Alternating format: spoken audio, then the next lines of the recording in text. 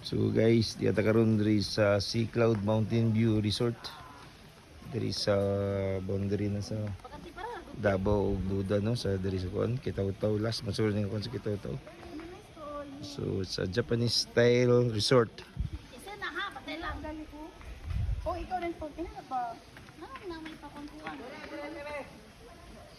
This is my second time here.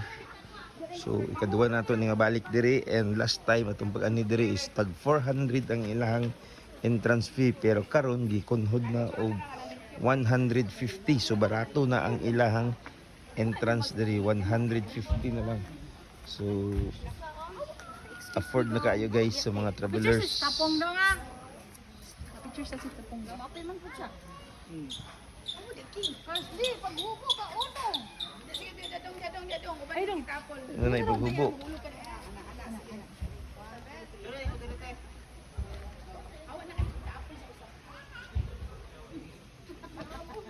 Ay, di mana yung suggestion na ayun sa masad mo. May gana kayo, dito na lang yung trans. Dito ba dito? Ana. Oh, di yakin. Dari din lantaw. Ana.